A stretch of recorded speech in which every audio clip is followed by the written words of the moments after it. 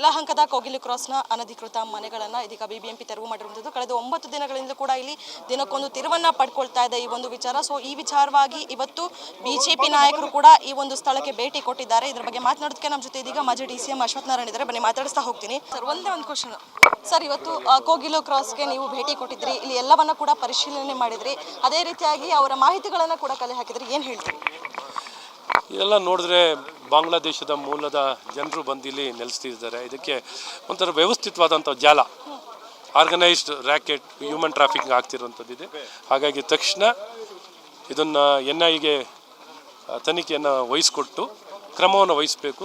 ಸಮಾಜದ ಸುರಕ್ಷತೆಯನ್ನು ಕಾಪಾಡಬೇಕು ಅನ್ನೋದು, ದೇಶದ ಸುರಕ್ಷತೆಯನ್ನು ಕಾಪಾಡಲಿಕ್ಕೆ ತಕ್ಷಣ ಸರ್ಕಾರ ಕ್ರಮ ವಹಿಸಬೇಕು, ನಿರ್ದಾಕ್ಷಿಣ್ಯವಾಗಿ ವಹಿಸಬೇಕು ಅನ್ನೋದು ನಾನು ಕೇಳ್ಕೊತೀನಿ. ಸರ್, ಅವ್ರು ಹೇಳ್ತಾ ಇರೋದು ಕಳೆದ 20-25 ವರ್ಷಗಳಿಂದ ನಾವು ಇಲ್ಲೇ ವಾಸ ಮಾಡ್ತಾ ಇದ್ದೀವಿ ಅಂತ ಹೇಳ್ತಾ ಇದ್ದಾರೆ. ಆದರೆ ಮಾಹಿತಿಗಳ ಪ್ರಕಾರ ಒಂದು 13 ವರ್ಷದ ಹಿಂದೆ ಇಲ್ಲಿ ಜಾಗ ಖಾಲಿ ಇತ್ತು ಅನ್ನುವಂಥದ್ದು. 25 ವರ್ಷ ಆದರೆ ಸರ್ಕಾರನೇ ತೆರವುಗೊಳಿಸೋಕ್ಕಾಗಲ್ಲ. ತೆರವು ಇಲ್ಲಿ ಯಾವುದೂ ಇಲ್ಲ ಅಂತಲೂ ಗೊತ್ತಿದೆ, ಭಾಳ ಸ್ಪಷ್ಟವಾಗಿದೆ. 23ರಲ್ಲಿ ಇಲ್ಲ ಅನ್ನೋದು ಸರ್ಕಾರನೇ ಒಪ್ಕೊಳ್ಳೋಂಥದ್ದಿದೆ. ಇಲ್ಲಿ ಯಾರೂ ಇರಲಿಲ್ಲ. 2016ರಲ್ಲೇ BBMPಗೆ ರೆವಿನ್ಯೂ ಡಿಪಾರ್ಟ್ಮೆಂಟಿಂದ ಹಸ್ತಾಂತರ ಆಗಿರೋದು. ಹಾಗಾಗಿ ಇವತ್ತು ಇದು ಇತ್ತೀಚೆಗೆ ಬಂದಿರೋವಂಥದ್ದು. ಇದೆಲ್ಲ ಒಂದು ಕಡೆ ವ್ಯವಸ್ಥಿತವಾಗಿ ಇದನ್ನು ನೆಲೆಸೋಕ್ಕೆ ಇಲ್ಲೆಲ್ಲೋ ಸ್ಥಳೀಯವಾಗಿ ಈ ರ್ಯಾಕೆಟಿಂದ ವ್ಯವಸ್ಥಿತವಾದಂಥ ಜಾಲ ಇದೆ. ಹಾಗಾಗಿ ಸರ್ಕಾರ ಇದನ್ನೆಲ್ಲ ಬಯಲಿಗೆಳಬೇಕು, ಸತ್ಯವನ್ನು ಹೊರಗೆ ತರಬೇಕು. ಈ ರಾಜಕೀಯವನ್ನು ಈ ಕಾಂಗ್ರೆಸ್ನವರು ರಾಜಕೀಯವನ್ನು ಮಾಡೋದನ್ನ ನಿಲ್ಲಿಸ್ಬೇಕು. ಕಾಂಗ್ರೆಸ್ನವರು ಅಂದರೆ ಸರ್ಕಾರದಲ್ಲಿ ಇದ್ಕೊಂಡು ರಾಜಕೀಯ ಮಾಡೋದು ಸರಿಯಲ್ಲ.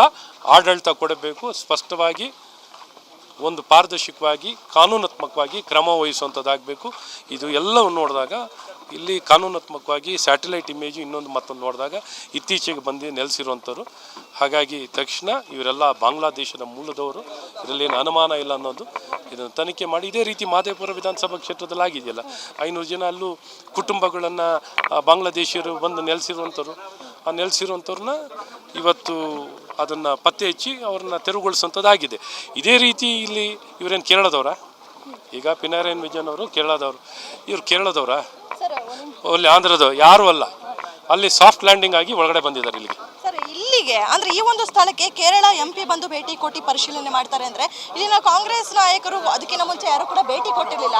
ಅವ್ರಿಗೆ ಯಾಕೆ ಇಲ್ಲಿಯ ವಿಚಾರ ಅಂತ? ಅವ್ರಿಗೆ ರಾಜಕೀಯ ಮಾಡಕ್ಕೆ ಬಂದವ್ರೆ, ಅವ್ರನ್ನೇನು ಬರಬೇಡಿ ಅಂತ. ಭಾರತದಲ್ಲಿ ಯಾರು ಎಲ್ಲಿಗೆ ಬೇಕಾದ್ರೆ ಬರ್ಬೋದು, ತೊಂದರೆ ಅಲ್ಲ.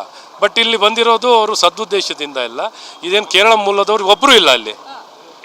ಅಂದರೆ ರಾಜಕೀಯ ಮಾಡೋಕ್ಕೆ ಚುನಾವಣೆ ಬರ್ತಿದೆಯಲ್ಲ ಕೇರಳದಲ್ಲಿ, ವೋಟ್ ಇನ್ ಬ್ಯಾಂಕ್ ಪೊಲಿಟಿಕ್ಸ್. ಭಾರತೀಯರು ವೋಟ್ ತಗೊಳ್ಳಿ, ಬಾಂಗ್ಲಾದೇಶವ್ರು ವೋಟ್ ತಗೋಬೇಡಿ. ಇದಿಷ್ಟು ಮಾಜಿ DCM ಆದಂತಹ ಅಶ್ವಥ್ ನಾರಾಯಣ ಅವರ ಮಾತು. ಕ್ಯಾಮ್ರಾ ಪರ್ಸನ್ ಮಹೇಶ್ ಜೊತೆ ಕವನ ಶಿವಣ್ಣ, ಗ್ಯಾರಂಟಿ ನ್ಯೂಸ್, ಬೆಂಗಳೂರು.